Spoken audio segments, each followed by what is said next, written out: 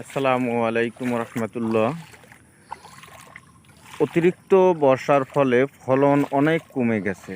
এখন এখান থেকে তো আমাদের পরিত্রাণ পেতে হবে। তো পরিত্রাণের জন্য আমাদের কিছু কিছু পদক্ষেপ গ্রহণ করতে হবে। এই যে দেখতে পাচ্ছেন, এই যে আপনার এরকমের ফল, এই ফলগুলো আপনার নষ্ট হয়ে যাবে, ঝরে যাবে।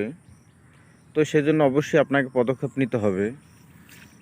পদক্ষেপগুলো হচ্ছে, আপনার যখনই বৃষ্টি থামবে তখনই আপনার গাছের যত্ন নিতে হবে।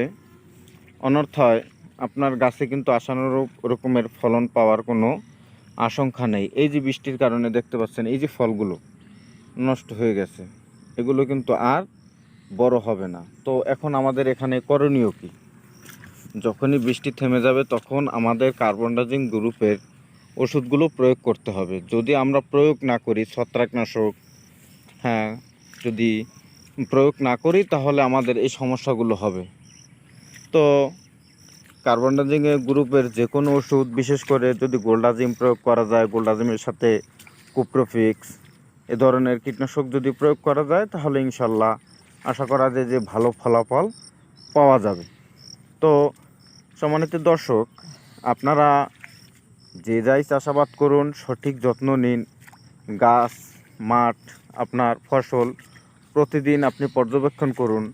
কারণ ফসল চাষাবাদ করলে হবে না, আমাদের সব সময় ফসল পরিদর্শন করতে হবে, মাঠ পরিদর্শন করতে হবে। কখন কোন সময় কোন জিনিস প্রয়োগ করতে হবে সেটার দিকে আমাদের খেয়াল রাখতে হবে। যদি আমরা খেয়াল না রাখি তাহলে আমাদের যতটা ফলন পাওয়ার আশা আকাঙ্ক্ষা সেগুলো আমাদের অনেকটা ঘাটতি থেকে যাবে। আমরা লাভবান হতে পারবো না। আমরা অধিকাংশ ব্যাপারই লস খাবো এবং কৃষিকে অবহেলা করব। আসলে কৃষি অবহেলা করার জিনিস না। কৃষি হচ্ছে এমন একটা জিনিস, আপনি যত সন্তানের মতো যত্ন করবেন, লালন করবেন, পালন করবেন, আপনি দেখবেন তার কাছ থেকে ততটাই পাবেন। এখন যদি আপনি সব সময় যদি সঠিক পরিচর্যা না করেন, সঠিক বালাই ব্যবস্থাপনা না নেন, তাহলে আপনার দেখা গেছে সঠিকভাবে ফলনটা আপনি পাবেন না। তো সম্মানিত দর্শক, আমি আর কথা বাড়াবো না। তো আপনার সবাই সুস্থ থাকবেন, ভালো থাকবেন। আপনার বাগানকে, আপনার ক্ষেতকে আপনি নিয়মিত পরিদর্শন করবেন, সেই কামনায় আমি এ পর্যন্ত রাখছি। আসসালামু আলাইকুম রহমতুল্লাহ।